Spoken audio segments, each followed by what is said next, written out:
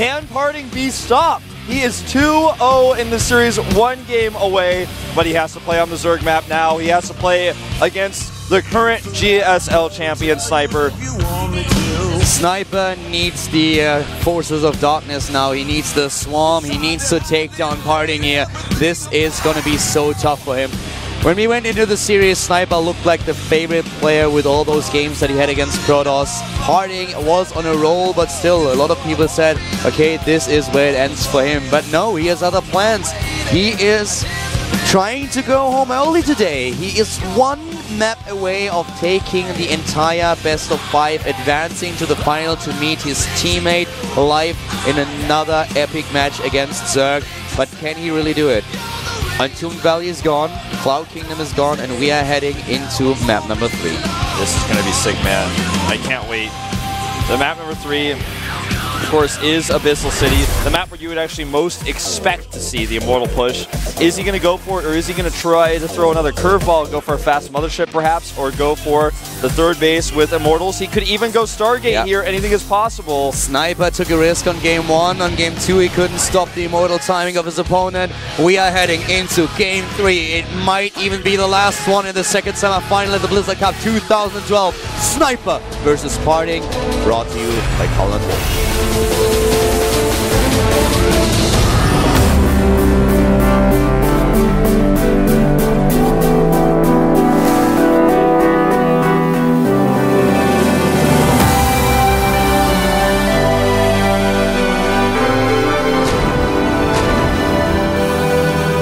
To the left side of the map, down 2 maps already, starting for Team MVP, the GSL Code S champion, it is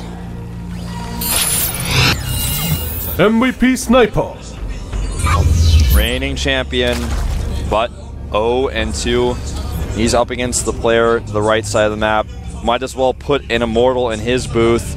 The StarTale player up 2-0, 1 game away from the finals. He is StarTale Parting. I feel if he takes this best of 5 series and then maybe even the final, people are going to start calling him the answer. I like that. You know, we have a Protoss president, MC, but Parting, man, he seems to be the best Protoss in the world these days. We actually just had an election in Korea. Parting should have actually just crashed it himself, man, just taking it. I'm wondering why Parting is not the president of Korea. I think that would have been welcomed by most young people. Yeah, I think so. And I'm sorry to say, Wolf, I think we had a change in government in StarCraft 2 as well. The boss toss. No. It's time for Zerg to step down. Well, I was actually just about to say that MC is now being replaced by Parting, at least in Korea. That is MC currently playing at the home story Cup. He tucked tail and ran to play against some foreigners in Europe. He's too scared. He doesn't want to face. He's like, I might run into Parting in a PvP, and I just can't handle that. The question is now, can Sniper handle it? He's down 2 games, but he's not out yet. He is still fighting, and he tries to make this happen. We've seen amazing comebacks in this tournament already. And can Sniper do it though? Can he defeat Parting 3 games in a row now? You know, the thing is, going for the same build twice, even though the second game was a slight variation on the build, becomes a little bit predictable. But when you are in a best of 5 and you saw, like as Sniper did just yesterday, Parting did every other build in the book, then you can't even call him predictable. You have no idea what he's going to do. He is completely unpredictable. He's the one player that shows different builds all the time, and then when you least expect it, he is going back into his trademark style, and he takes you down. This guy is so crazy. He is scary as hell. Both of them are. These are 2 amazing players, but Parting currently just had the better mind games here, played a great series up to this point, but he needs another map win, and Sniper is not one to yield that easy. Sniper can rest easy knowing he's playing on Abyssal City. The worst map Frost ever played on since Dual Sight. And it's got really cool animations with water when units blow up. But I have to say that this is going to be a tough map for Parting to take the 3rd base on. And as such, Parting knows that. He knows you may face another Immortal push on this map because it's so difficult to actually take a 3rd and hold it. We've seen a few players do it. Genius was able to do it. It was crazy. I can't even believe he made it work. Some Protoss somehow get lucky, get an early advantage, and then take that 3rd base. the map rush distance is far to the third, but the third base itself is far away from the natural, so it's easy to do a big speed lane run by. Forced to cancel on the next, you can do that once or twice in the process, suddenly just forced to do another all-in that's not well timed, not well thought out. If I'm Sniper right now, I'm wondering what exactly is Parting going to do. Sniper's job is now to really scout like a maniac, to find out what Parting's plan is, and if he sees another Immortal push attempt, he needs to be ready for this. He needs to have those units in position, spread his creep at the third, spread it at the natural, make sure that he has the speed advantage, and then try to set those flankers up, somehow kill those sentries, get close to the Immortals. This pylon... Well, he's not going to use this pylon, he's actually going to use the one that is natural. Makes a robo. But with the robo that he uses now at the right side of natural, he will see with the rest of his structures immediately when an Overlord enters his base. I think he's going to add the gates at that pylon to the left side of Parting's base. So he'll know that there's gates going down, but he won't know why. He needs to get in here somehow, but the coverage is too good for Parting. This is a perfect place for him to hide his tech, and there's not going to be any way for Sniper to see it. He's going to send the Overlord in now. Yeah, Overlord is on his way. It will be discovered very soon, and then he can deal with it. And Sniper now has to prepare accordingly. He's starting to spread his creep, starting it right now at the natural. The gates won't be a mystery. Yeah, the gates are known. Yeah, but he doesn't actually know if there's going to be Immortals coming with this or not. By the way, where's the sentry? Where's the Stalker? Parting sent the Stalker across the map, but he canceled +1. That's something that the Overlord was able to see that he's got floating over that little terrarium, whatever you want to call that thing. So he knows the +1 is canceled. Now he sees the robo, but he doesn't know this is an Immortal. He may find out, though, because it's about to finish. +1 isn't canceled. He canceled it and restarted it. Overlord goes down, but he knows about the robo. He's going to see the Immortal, I think. This is so close. Is he going to cancel the Immortal? No. Oh, he sees it. But he doesn't actually look. I don't think he looked.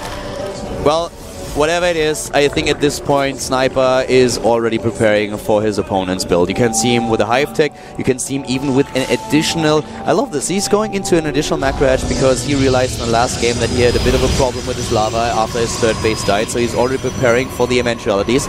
He will have enough lava to deal with this, the economy is the question, and he has once again 57 harvesters. He's droning up a little bit, but he's not going up to 64. He has Zerglings, +1 attack, he's going for speed, he's going for the lair. We will see the roach speed as well. He is going to do everything in his power to prepare against the Immortal push. He's got the Watchtower. He's got Lings already ready with speed coming out. He should be able to delay this a little bit. The Immortals are and everything are spotted by this Overlord. He doesn't have anything hidden. He's just saying, I'm going for it. Dropping the pylon here. We might even see him. He already has the Warp Prism. Yes, he's trying to fake this expansion. He's going to sell the idea to Sniper that he is not going to push out. And Sniper is getting a few additional drones out. But with the drone count that he has, that is still okay. That's completely fine. He's at 60 at this point.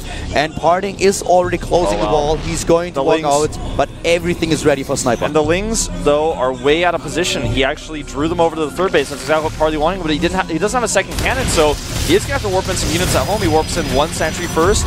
But the units are way out of position. He doesn't actually have anything to force some force shields out or to draw Parting here. Well, this is perfect for Parting. He's actually got the forward pylon going up now. Parting has the pylon. The Zealots are safe. Sniper is gearing up once again. Army supply is heavily in his favor right now, but Parting, he's warping in more units. We have him with additional sentries. With the Zealots.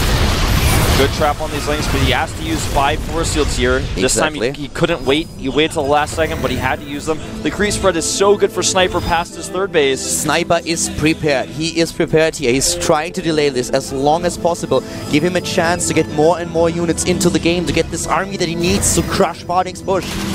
That pylon is not going to be around for much longer, but he's got 2 additional ones coming up. Remember, the Warp Prism is there as well, but Sniper, I think, with just 1 or 2 more rounds, units should have enough here. Parting is supply blocked. Parting is also supply blocked. He starts additional pylons in his own base now, and we have once more this patience for Parting. Is it enough, though? The Roaches are trying to close the distance from behind, taking down those pylons. He's trying to make sure that Parting will not be able to use the Warp Prism for his micro. Both of the pylons are gone. He's trying to get another one. The Warp Prism with the next round of warp-ins. 50 supply for Sniper. A huge lead in army supply as well. He is up 40 army supply. It's all about Parting's micro here, but he has to go on creep. He will trap 4 Roaches, but 4 roaches for 5 force fields with Sniper's economy and his production right now with 60 drones. I'm not sure if Parting's actually going to be able to make this work. The force fields were incredible, but he needed 5 to trap 4 roaches. They didn't trap enough, even though they were really well placed. This time he leaves the gap, tries to catch the last remaining roach, but he's not able to do it. He's out up to, oh my god, 18 sentries. He has a lot of sentries, so even though he's using force fields here, he has a ton left available to him. He's trying to pick off this tumor. He gets it, and this is eventually going to push it back, but Sniper is totally okay with waiting even longer. He goes for this around now. Force fields are a bit late. They are a little bit late, and here comes the Micro trying to use the Immortals. He has to drop it again, and that's exactly what he does.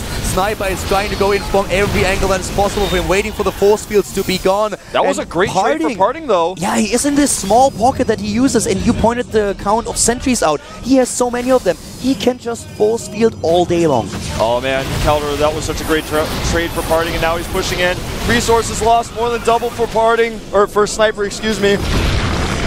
And he's pushing through, the creep is gone, he's pushed it back, he moves away from the pilots for the first time.